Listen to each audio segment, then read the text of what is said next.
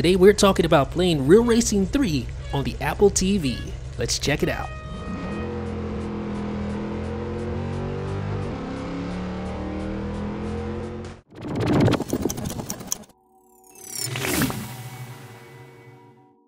What is up, ladies and gentlemen, boys and girls? This is Jeff Benjamin with 9to5mac.com. We are talking today about Real Racing 3. Yesterday it received a pretty massive update, and that brought Apple TV support, native Apple TV support I should mention, in tow.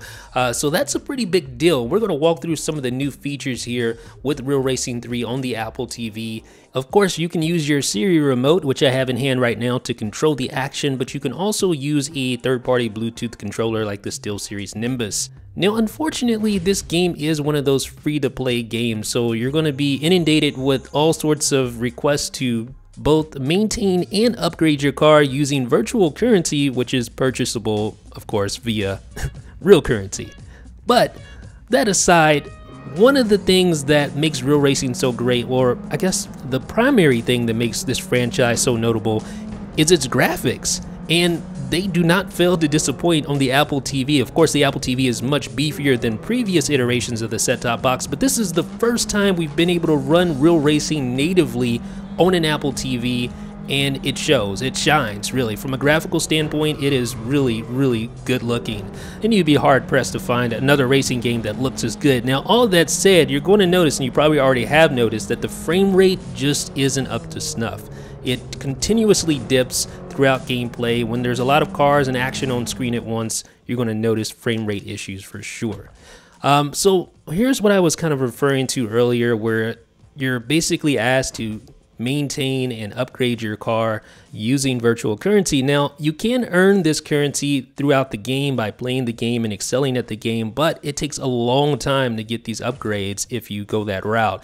And what's even more infuriating are the artificial barriers implemented to make you wait, and they give you the option of paying using the virtual currency in order to bypass the wait period, which is just annoying and frustrating to say the least. Now, along with the upgrades and service, Real Racing 3 does contain a few customization options as well. You can customize things like paint, you can customize rims, you can change your ride height and lower your car if you want to. But again, a lot of those things are behind virtual currency paywalls, so it's just something to be aware of. It's not the end of the world, but it is something to take note of. Now, one of the great things about this recent update is that you can now race in the Daytona 500. You can actually go to Daytona International Speedway, which is officially licensed, and really get your race on. It's pretty awesome, and you can even race alongside legends like Matt Kenseth, Kevin Harvick, etc. So if you're into Daytona, if you're into NASCAR, you're going to really love this element of the game, and it's well done. I do think this is one of the best features of yesterday's update by far. And again, just to reiterate, this game is absolutely gorgeous. It's going to look great running in full HD on your Apple TV. You will notice frame rate dips like I mentioned earlier, but man, it looks really good when it's running well.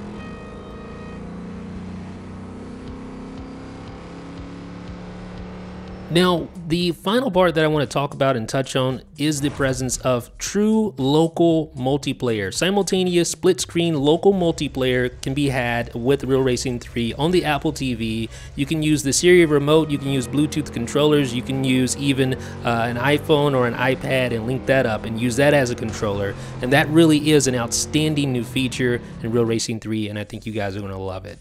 So overall, folks, Real Racing 3 is a solid game for the Apple TV. Yesterday's update was gargantuan, and it is really one of the top games for the Apple TV. Not perfect, but definitely worth checking out. Let me know what you think in the comments. This is Jeff with 9to5mac.com.